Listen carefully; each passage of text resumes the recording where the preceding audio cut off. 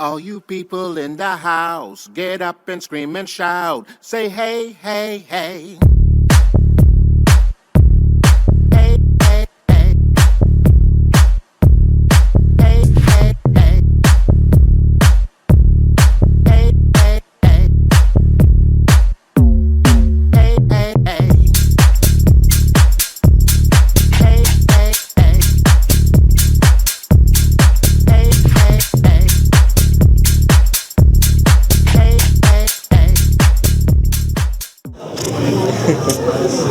Direto aqui do Teatro João Gilberto, no Decola Lauro. Eu vou começar agora com Juliano, com o Matheus, que é do Mob Apps, e com a Natália, que é do Mercado Livre. Olha, gente, é inovação e muitas empresas, né, Juliano?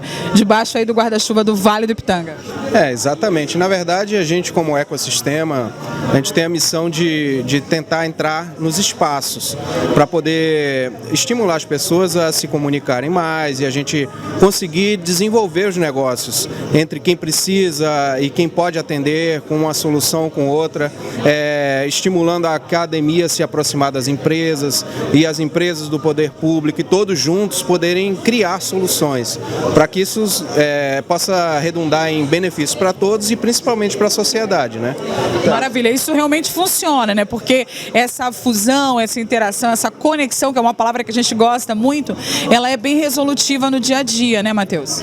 Perfeitamente. A gente estava falando aqui agora há pouco justamente sobre outras cidades, outros ecossistemas que começaram com iniciativas como essa, fomentando o empreendedorismo. Eu empreendo, por exemplo, há 10 anos, né? E isso faz total diferença na vida do empreendedor. Ter essas conexões, ter esses momentos de troca de experiências é fundamental para que você consiga ter passos maiores. O empreendedor, ele está sempre precisando de novas conexões, né? Até para fazer o negócio dele girar. E a gente tem uma empresa muito bacana aqui no município, com sede aqui no município, que é representada pela Natália aqui, que é o Mercado Livre. Chega um pouquinho para cá, Natália. Esse momento aqui em que você consegue ver clientes seus e potenciais clientes seus, como é que funciona isso para o Mercado Livre participar aqui do Decola Lauro?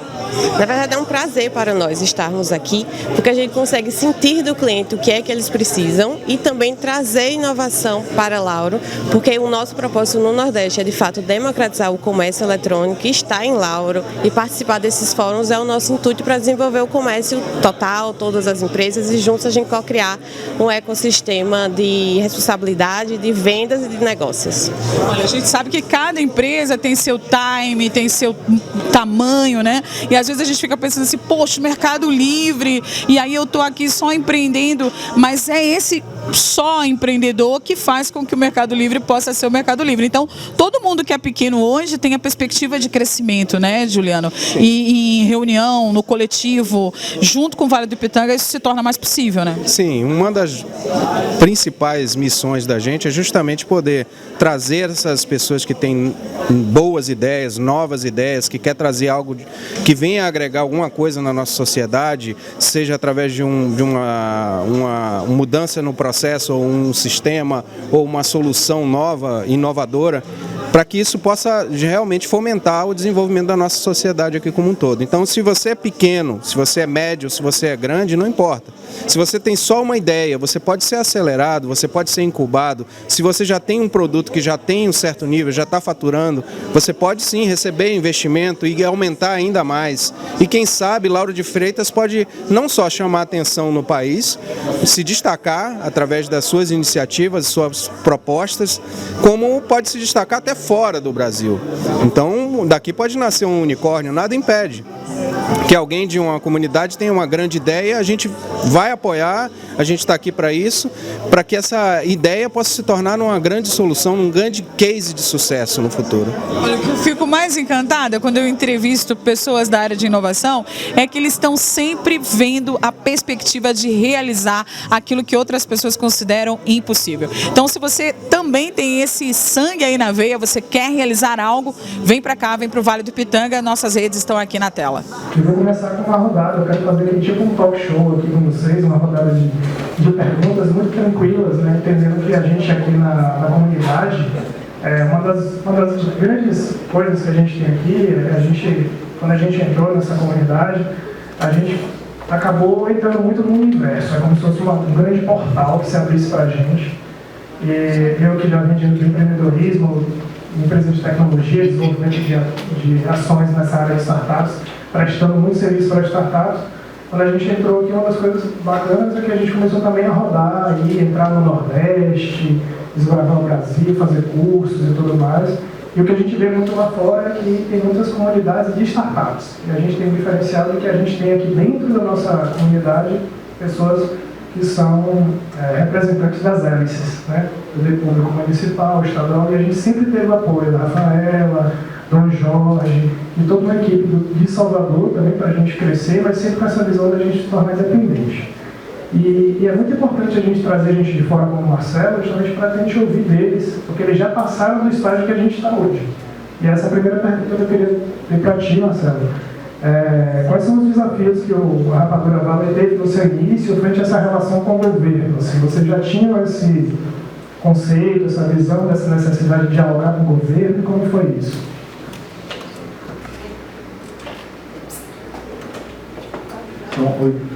Oi. Aumenta só um pouquinho, por favor.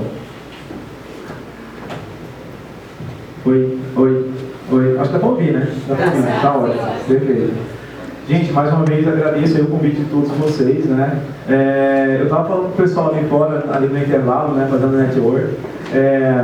A gente também, eu fui convidado lá no governo do estado do Maranhão, e eu ia estar só aqui mesmo, na verdade, na sexta ou no sábado de manhã. Como o convite primeiro foi feito aqui, e por ser uma comunidade, né, de startup da qual eu vim também, Rapadura, eu acabei declinando no governo do estado do Maranhão. A gente vai depois, na outra semana, para lá.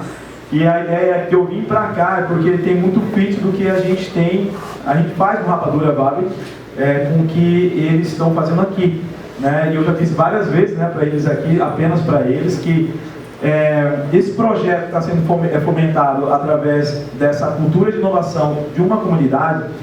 Ela é um pouco diferente de qualquer outra coisa que a gente possa fazer para dar vazão nisso. Olha, inovação é o que não falta aqui no Vale do Ipitanga. Nós estamos direto do Decola Lauro hoje, acontecendo aqui no Teatro João Gilberto. Eu vou conversar aqui com Mariano Maia, que é empresário local aqui de Lauro de Freitas, da área de tecnologia e inovação. Esse segmento, Mariano, está crescendo mesmo aqui em Lauro de Freitas? Bastante, né? Nós que fazemos parte já da comunidade Vale do Ipitanga, que é uma comunidade formada por vários empreendedores, e a gente tem as hélices, né? Governo, pessoal das empresas, que é o poder privado, investidores e também instituições de ensino. Então, o que a gente percebe, o que a gente tem feito aqui no município é justamente fomentar a união desses atores em torno do tema da tecnologia, principalmente, né? Porque quando a gente fala em startup, não envolve só tecnologia, mas principalmente a tecnologia, porque ela permite justamente a escalabilidade, né? Você com pouco investimento, você ter um retorno que está desatrelado, assim, um faturamento da empresa desatrelado daquele investimento e aquele trabalho mais unitário, que é o formato tradicional, né? Então a gente tem crescido, tem observado muito, e não à toa o sucesso do evento. Eu acho que também se dá isso, o interesse do público, né, de entrar nessa área, e a modernidade, né, o que a gente vive hoje em dia no mundo.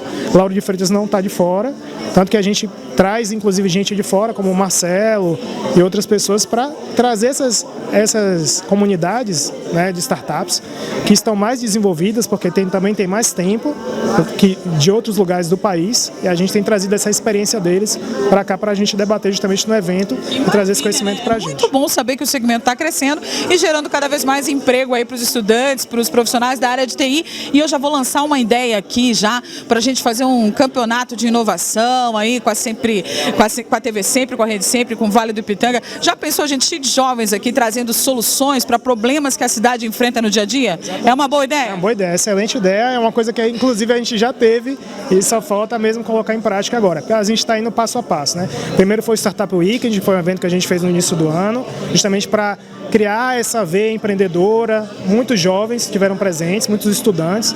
Agora a gente faz um que é mais intermediário, que é já reunindo mais quem já trabalha na área, e a partir daí existem ideias para a gente propor programas de aceleração, outros projetos desse tipo também. Olha, o Maia, eu estou entrevistando ele, mas eu vou aproveitar para fazer meu lobismo aqui, tá certo? Lá na Rede Sempre nós temos o Sempre Tech. É uma coluna de tecnologia que a gente tem matéria até do Vale do Silício. Então a gente vai conversar depois, tá bom? Olha, mas olha, ele trouxe aqui, ele disse que é responsável aqui pela presença do Rapadura Valley. Eu já queria comer uma rapadura aqui, mas rapadura mesmo não tem, né? O que tem é inovação, fazendo alusão aí à Fortaleza, um centro de inovação no Brasil também, não é isso, Marcelo?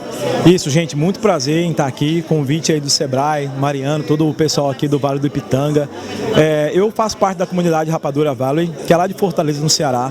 A gente é uma comunidade que já tem alguns anos, né, de experiência, então, como o Mariano falou, a gente tem uma certa maduridade, digamos assim, a gente tem uma certa maturidade de uma forma geral. A gente fala que a gente é bem maduro, né? A rapadura, ela é docinha, mas não é mole não, viu, gente? Então lá a gente teve muitos problemas em desenvolver o nosso ecossistema e hoje eu estou aqui para poder ajudar aí, debater, enfim, a gente falar um pouquinho sobre o nosso desenvolvimento do ecossistema lá do Rapadura, lá em Fortaleza, e para a gente poder ajudar a desenvolver aqui também, né, o Vale do Ipitanga, de uma forma que eles possam ser sustentáveis, né, futuramente, criando aí seus projetos de inovação e, claro, ajudando todo o ecossistema, né, não só aqui de Lauro de Freitas, mas também da Bahia como um todo. Contribuindo para o crescimento do mundo, né? Porque inovação hoje é aquilo que não pode ser retido, precisa ser compartilhado com comunidades aí do Brasil e do mundo todo. Marcelo, muito obrigada. Olha, você que está aí, não sai daí, vamos acompanhar então a palestra do Marcelo, direto aqui do Teatro João Gilberto, em Lauro de Freitas. Boa noite a todos e a todas. Meu nome é Fernanda Aragão, sou turismóloga, administradora, mas minha primeira profissão foi turismo. Escolhi turismo porque eu comecei a trabalhar com eventos com 16 anos, com 17 eu fiz faculdade e gostei da área de turismo de eventos, vim de eventos e hotelaria, e depois migrei para a área de educação. E tive a oportunidade de morar no Rio de Janeiro para trabalhar patrimônio como consultora da Unesco. Quando eu voltei, vim para Lauro de Freitas. E assim, o primeiro desafio aqui em Lauro de Freitas foi mapear escolas em Areia Branca. E aí eu tive aquela imersão cultural e no outro ano tive a oportunidade de estar fazendo parte da Secretaria de Cultura e Turismo em março, 10 de março de 2013. Primeira missão, mapear todos os terreiros em um mês. Um mês só mapeando os terreiros e colocar. O Conselho de Turismo tinha sido criado em 2006, porque foi uma lei nacional de criação de todos os conselhos no Brasil. Só que não havia nenhuma reunião registrada. Em 2013 eu fiz a primeira ata do conselho, abracei e durante esses anos todos eu fiz a questão mesmo da articulação do conselho, que é algo importante. Eu não sabia assim, quanto era importante o conselho de turismo, eu estudei. Como eu tinha experiência na área privada, eu estudei muito através do Ministério do Turismo, livros, já tinha um conhecimento, mas não tinha um conhecimento prático de gestão pública. Terminei estudando, tive algumas oportunidades com a UFBA, a gestão pública da UFBA, em parceria com algumas universidades, com o governo do estado, com o governo federal, fui estudar. Mas assim, eu não conhecia a dimensão, a importância de um conselho de turismo. E assim, é um desafio muito grande, você gerir. Trabalhei na Secretaria de Cultura como técnica em turismo, turismóloga. E assim, as pessoas, você sabe tanto, conhece tanto. Foi muita sola de sapato, trabalhando domingo a domingo, quando ninguém queria trabalhar para conhecer a cultura. Eu quero trabalhar na festa popular porque assim, a paixão, turismo e cultura caminham juntos. E diagnosticar, eu vivia lá no de Freitas, gostei muito de... Fui bem acolhida, o acolhimento pelos munícipes, pela cultura. O meu primeiro contato com a cultura aqui de Lauro de Freitas, já conhecia assim, de festa, de evento, mas em março também tive um contato com a cultura no Quilombo. Então, assim, eu construí essa cultura, não foi assim, em um dia, foi durante ao longo de 10 anos. E, além disso, trabalhei assim em algumas faculdades. E aí conheci alguns alunos e ouvi, eu gosto muito de ouvir as pessoas, os relatos. E aí o que aconteceu? Algumas pessoas falam, você tem que usar a linguagem epistemológica. O professor Tassi até hoje falou a questão mesmo da linguagem orgânica. Porque na academia tem muita questão epistemológica, você tem de usar a linguagem epistemológica e orgânica, que é da comunidade. Para você ter acessibilidade à comunidade, você tem de usar uma linguagem que você não vai usar na academia. Então isso me aproximou muito à população. O que eu quero para Lauro de Freitas? Eu sou ariana, eu quero agilidade, eu quero as coisas para ontem. Bom, vou conversar agora com uma empresária local aqui, que é a Débora, da Proa Cervejaria. Eu passo sempre em frente, já percebi que vocês vendem direto para o consumidor, mas o grande gancho ali é a distribuição, não é isso, Débora? Isso, a gente tem alguns focos, né, dentro da Proa, sendo o principal deles a venda para outros parceiros, né, restaurantes, bares, hotéis, lojas especializadas, mercados. A gente vende também para o consumidor direto, através dos nossos bares e através se quiser pedir um barril para colocar no teu aniversário, essas coisas. Olha só, agora me conta, se eu chegar lá agora, eu consigo ver a cerveja sendo produzida, é isso? Não, tu vai conseguir ver ela no tanque, né? Ah, entendi. Então ali é uma distribuidora. Na verdade, a gente é uma fábrica, né? Lá a gente produz a cerveja, mas não é todo o tempo que ela está em produção. Então, a gente consegue ver os tanques fermentadores, né? Fazendo a levedura, fazendo o seu trabalho ali. Eu estou perguntando isso porque para a área de engenharia química é uma experiência bacana, né? Você conseguir ver a produção de um produto local, né? Porque é produzido aqui. Como é que você vê essa fusão com a tecnologia e com a inovação aqui do Vale do Ipitanga? Trazer a cerveja artesanal para Lauro de Freitas já é uma inovação na Bahia, né? Já que não é uma coisa muito cultural. Além disso, a gente aplica muitos insumos diferentes, como frutas, madeira, especiarias, tudo isso agregado à cerveja, né? E é uma liberdade que a cerveja... Diversidade de sabores. Exatamente, de produtos locais, né? Sempre com foco do que é da Bahia, para agregar isso, agregar valor ao nosso produto. Poxa, que maravilha, tá vendo, gente? Inovação, tecnologia aqui no Vale do Ipitanga, cabe empresa de diversos negócios, diversos segmentos. A gente às vezes pensa a tecnologia só com o uso utilitário da tecnologia, mas enfim, todas as áreas dependem e precisam de tecnologia e inovação para crescer. A Secretaria de Desenvolvimento Econômico, nós observamos que Lauro de Freitas, segundo a Receita Federal, até 2018, possuía 14 mil microempreendedores. Baseado nesses dados, até 2020, nós lançamos um edital de fornecimento de serviço específico para MEIs. Mas aí o que acontece? Era justamente para fazer a requalificação da orla. Foi que o Moema Gramacho entendeu. Uma empresa, um MEI pegava uma ponta, o outro pegava o meio e o outro pegava o fim. Dessa forma você consegue agregar e ajudar muitos empreendedores. E aí eu volto para a minha discussão eterna e meu tema, que é educação. Quando você contrata um MEI, a administração pública, a colega já deixou bem claro aqui, todas as nuances obrigatórias, a gente tem que ter. E aí quando você vai contratar esse profissional, ele não tem certidões, ele não tem atestado de capacidade técnica. Então, a gente precisa, antes de pensar se o município vai contratar ou não serviço A e B, acho que a primeira coisa é a educação. A gente primeiro precisa ensinar o empreendedor, até porque a nossa lei já começa errado, meu jovem. A lei do microempreendedor individual diz assim, você não precisa ter certidão de FGTS e nem certidão municipal. Nenhuma instância, governo federal, estadual ou municipal, só contrata com 5 certidões, federal, estadual, FGTS, trabalhista e municipal. Então, o texto legal já começa equivocado. Quando nós prestamos serviço, a gente não tem o hábito de pedir um atestado de capacidade técnica. Eu pintei a casa de Maria, mas eu nunca pedi a Maria. Aí o que a gente tem que ser enquanto gestor público? Tem que ser sensível à sua cultura, à sua realidade.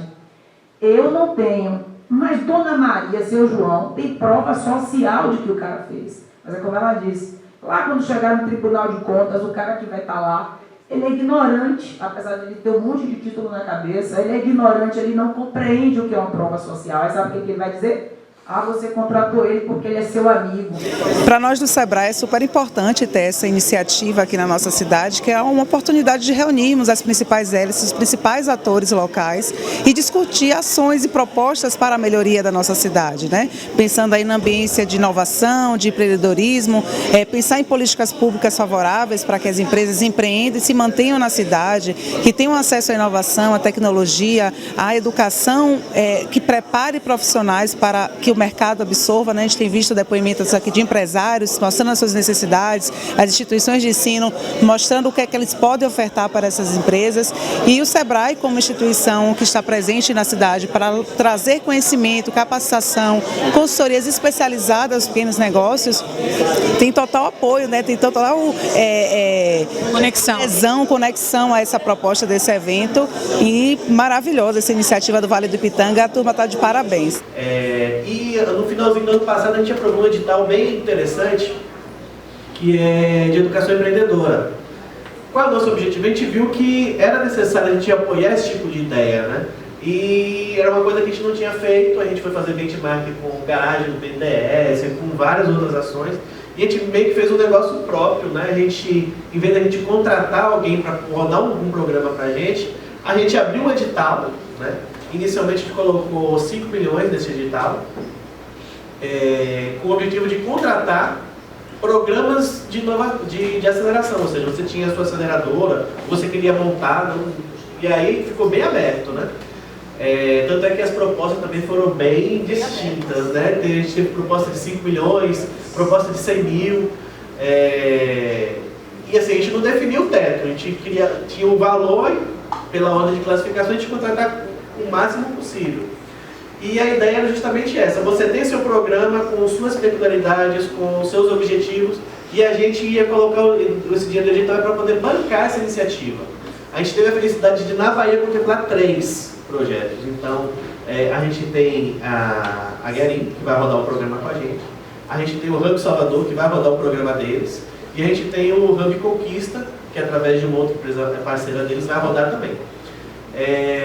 A gente está nesse processo de assinatura, por quê? Porque é tudo muito novo, né? A gente quer fazer, às vezes, a inovação, principalmente dentro do público, a gente cai nisso.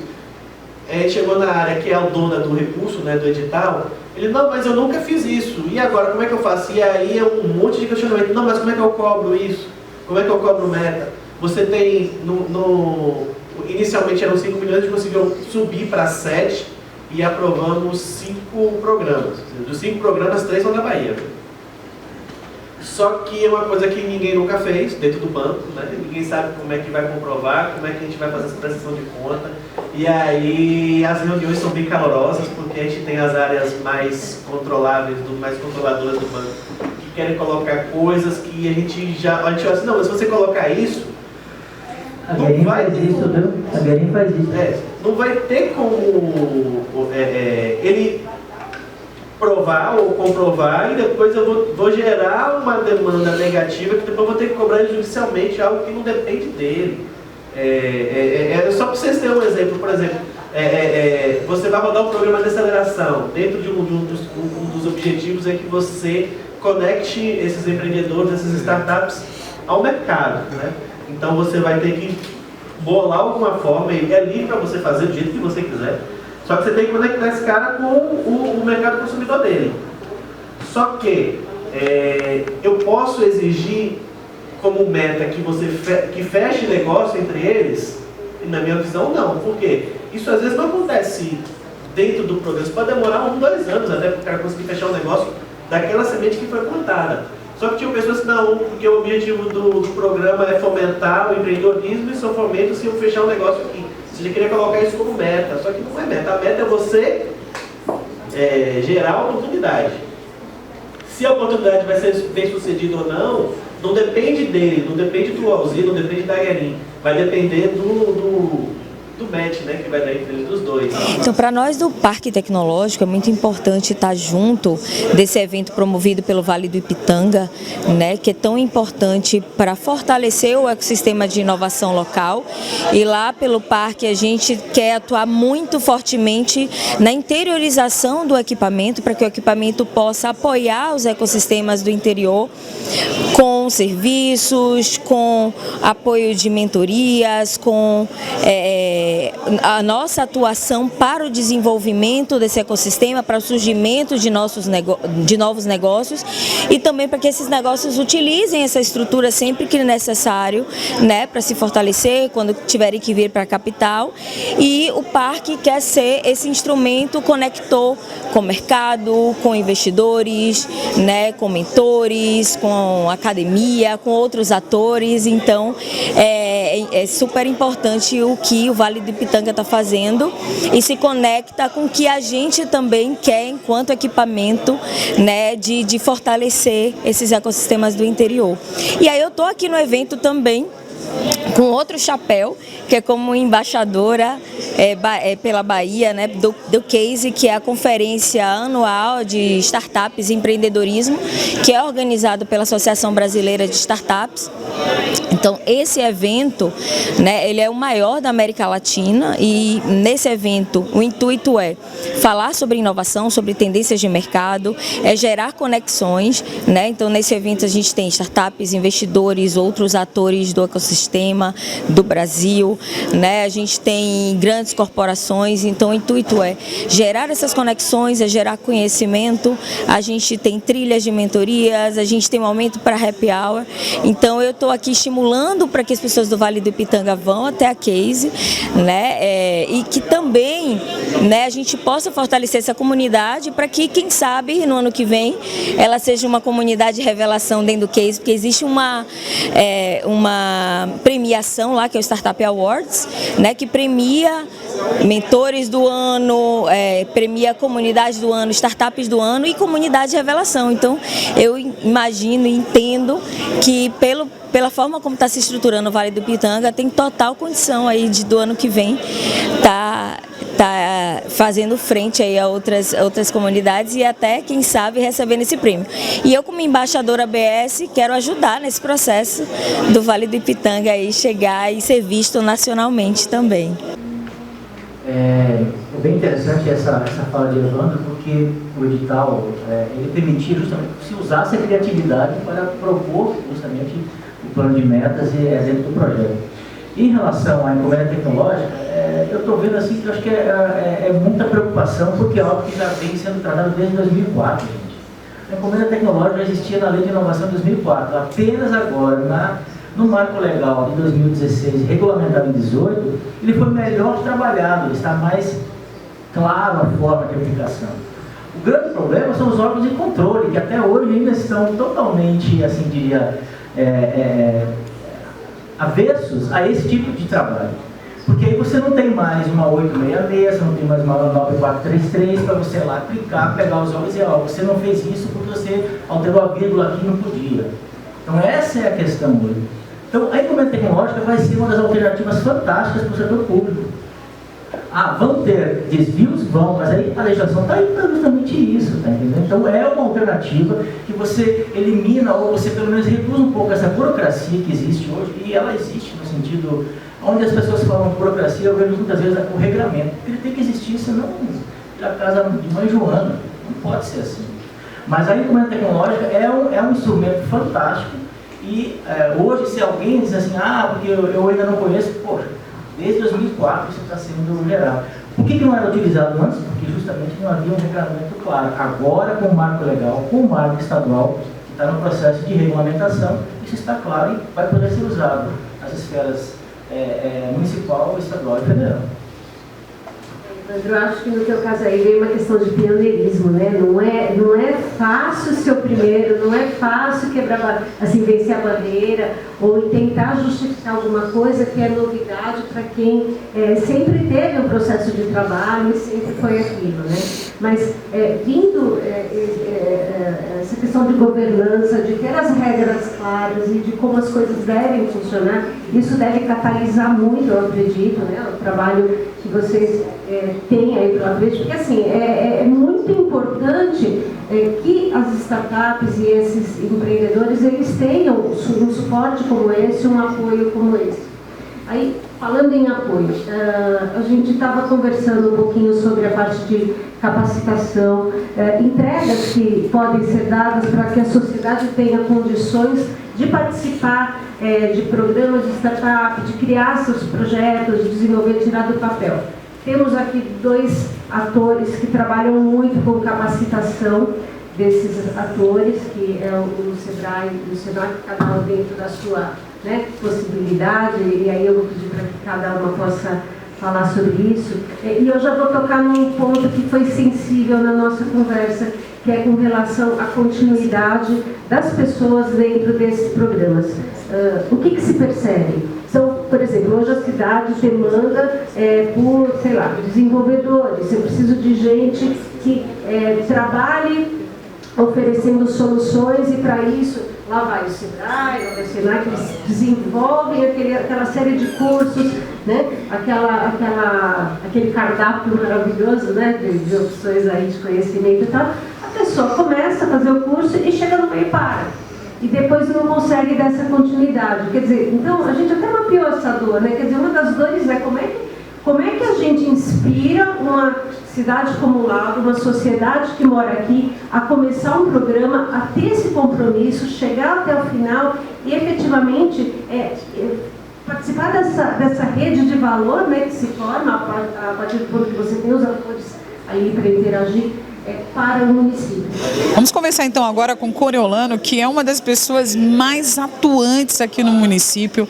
Eu nem sei como faço essa entrevista, viu, Cori? Porque o coração começa a bater forte aqui de emoção, de tantas histórias aqui com o Coriolano.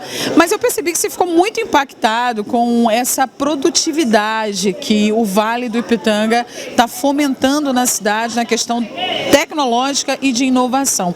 Você realmente está impactado, Cori? Olha bem, me surpreendeu o conteúdo, a qualidade, a proposta do evento. O estímulo ao pensar diferente, a provocação para se sair do lugar comum e olhar de uma montanha à cidade, uma visão macro da cidade. E a partir daí sistematizar, segmentar propostas e fazer acontecer. Uma cidade que tem mais de 4 séculos com a localização que tem, com o número de empresas, a importância, a arrecadação municipal merece esse e outros eventos. Já se tentou isoladamente algumas ações e a gente viu um grupo de 60 pessoas aqui na sala, eu tive a preocupação de contar, participando ativamente. Não tenho dúvida do sucesso. Parabéns. Você, como sempre, participando das coisas inovadoras e produtivas. Muita luz. Nós amamos Lauro de Freitas. Olha, sigam aí as redes do Vale do Ipitanga e vem com a gente inovar. Bom, eu sou a mestre cervejeira e fundadora da Proa Cervejaria, uma cervejaria artesanal aqui de Lauro de Freitas. A gente tem alguns segmentos de negócios, venda direto para o consumidor final, através dos nossos bares próprios e através do nosso time de vendas. Produção terceirizada, que a gente chama de produção cigana, que a gente produz para outras marcas que não tem uma fábrica. E venda direto para outros parceiros, né? Bares, restaurantes, mercados, hotéis. São esses segmentos que a gente atua.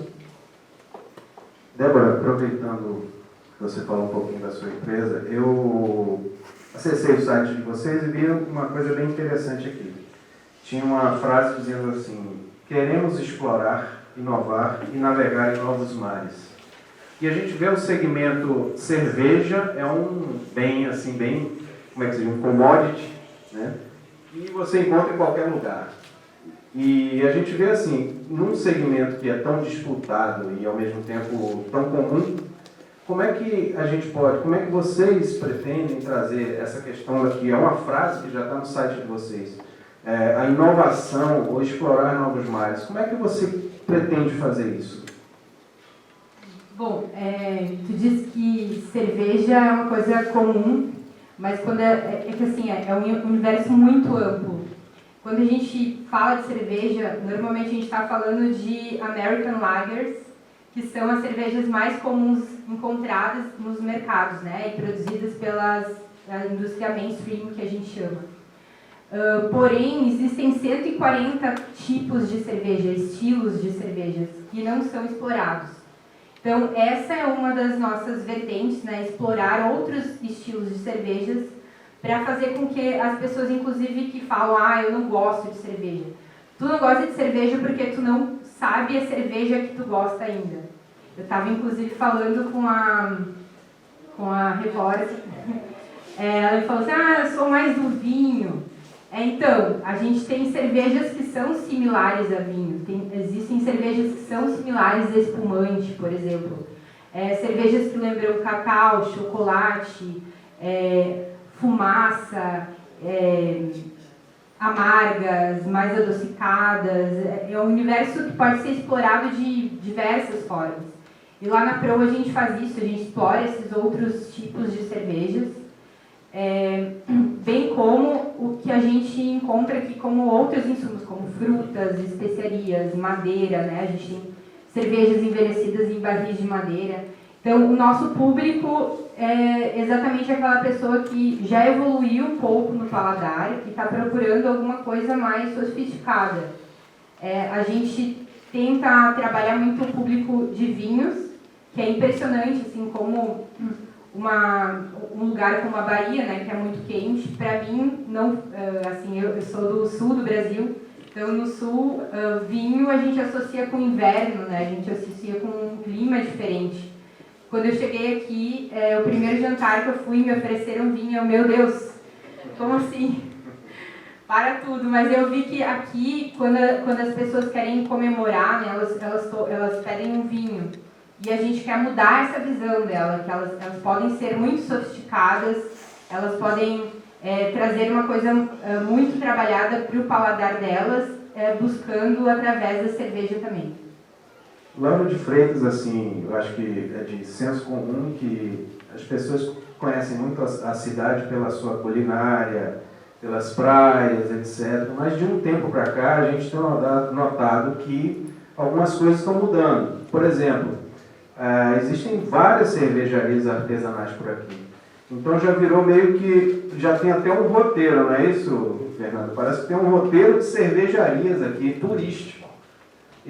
Você acha que, digamos assim, fomentar o turismo, não o turismo tradicional, de repente expandir isso para que Lauro de Freitas, com toda a riqueza que tem, ela possa ser mais bem explorada, inclusive nessa área das cervejarias, por exemplo? Você acha que seria uma estratégia interessante? Você acha que pode, de alguma maneira, isso pode agregar mais valor, não só no negócio, mas como a sociedade, como o turismo, de uma forma geral? Com certeza, a gente vê isso acontecendo em vários lugares do mundo, do Brasil, né? E não é um segredo, né? Que é uma receita já de sucesso isso.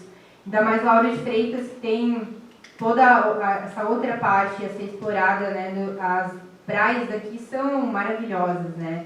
E agregar isso ainda a uma rota cervejeira, que é o que a gente está tentando construir de forma formal agora, né? É uma receita que com certeza já deu certo. Maravilha.